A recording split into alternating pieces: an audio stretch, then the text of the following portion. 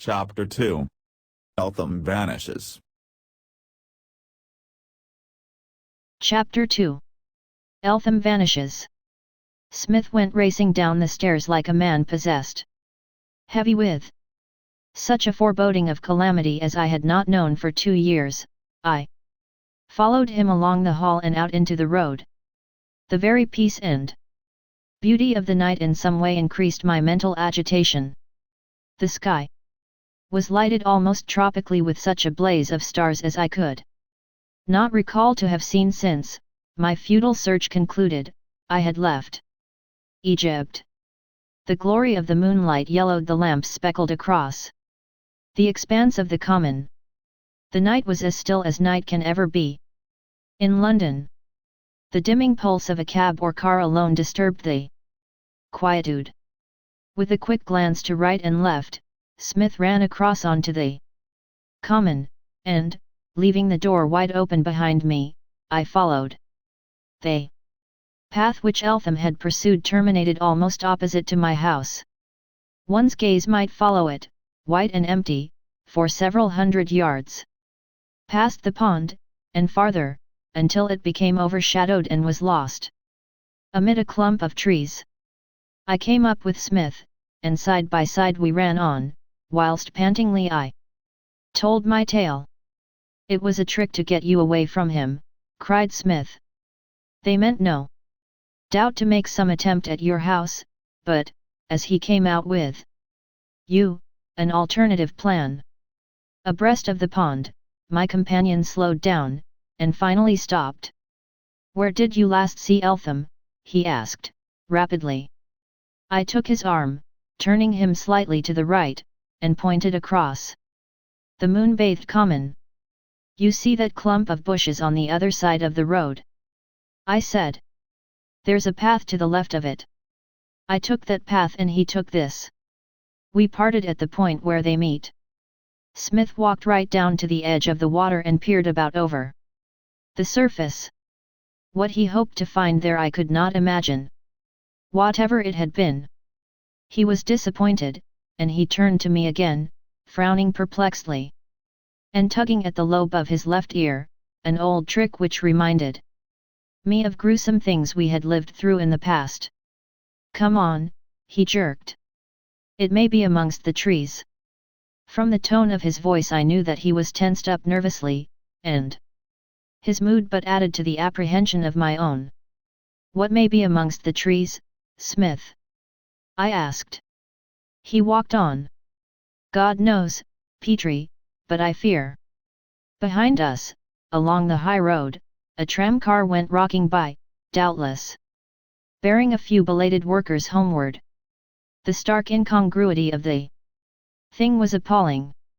How little those weary toilers, hemmed about with the commonplace, suspected that almost within sight from the car windows, amid prosy benches, iron railings, and unromantic, flickering lamps, 2 fellow men moved upon the border of a horror land. Beneath the trees a shadow carpet lay, its edges tropically sharp, and fully 10 yards from the first of the group, we two, hatless both, and sharing a common dread, paused for a moment and listened. The car had stopped at the farther extremity of the common, and now, with a moan that grew to a shriek, was rolling on its way again. We stood and listened until silence reclaimed the night. Not a footstep could be heard. Then slowly we walked on. At the edge of the little coppice we stopped again abruptly. Smith turned and thrust his pistol into my hand. A white ray of light pierced the shadows. My companion carried an electric torch. But no trace of Eltham was discoverable. There had been a heavy shower of rain during the evening, just before sunset, and although the open paths were dry again, under the trees, the ground was still moist. 10 yards within the coppice we came upon the tracks of one running, as the deep imprints of the toes indicated. Abruptly the tracks terminated, others, softer, joined them, 2 sets converging from left and right. There was a confused patch, trailing Off to the west, then this became indistinct, and was finally lost. Upon the hard ground outside the group. For perhaps a minute, or more, we ran about from tree to tree, and from bush to bush, searching like hounds for a scent, and fearful of what we might find. We found nothing, and fully in the moonlight we stood facing one another. The night was profoundly still. Nayland Smith stepped back into the shadows, and began slowly to turn his head from left to right, taking in the entire visible expanse of the common. Towards a point where the road bisected it he stared intently. Then, with a bound, he set off. "Come on, Petrie," he cried. "There they are." Vaulting a railing he went away over a field like a madman. Recovering from the shock of surprise, I followed him, but he was well ahead of me, and making for some vaguely seen objects moving against the lights of the roadway. Another railing was vaulted, and the corner of a second, triangular grass patch crossed at a hot sprint. We were 20 yards from the road when the sound of a starting motor broke the silence. We gained the gravelled footpath only to see the tail light of the car dwindling to the north. Smith leant dizzily against a tree. "Eltham is in that car," he gasped. "Just God! Are we to stand here and see him taken away too?" He beat his fist upon the tree, in a sort of tragic despair. The nearest cab rank was no great distance away, but, excluding the possibility of no cab being there, it might, for all practicable purposes, as well have been a mile off. The beat of the retreating motor was scarcely audible, the lights might but just be distinguished. Then, coming in an opposite direction, appeared the headlamp of another car, of a car that raced nearer and nearer to us, so that, within a few seconds of its first appearance, we found ourselves bathed in the beam of its headlights. Smith bounded out into the road, and stood, a weird silhouette, with upraised arms, fully in its course. The brakes were applied hurriedly. It was a big limousine, and its driver swerved perilously in avoiding Smith and nearly ran into me. But, the breathless moment passed, the car was pulled up, head on to the railings, and a man in evening clothes was demanding excitedly what had happened. Smith, a hatless, dishevelled figure, stepped up to the door. "My name is Nayland Smith," he said rapidly. "Burmese commissioner." He snatched a letter from his pocket and thrust it into the hands of the bewildered man. "Read that. It is signed by another commissioner, the Commissioner of Police." With amazement written all over him, the other obeyed. "You see," continued my friend tersely, "it is carte blanche.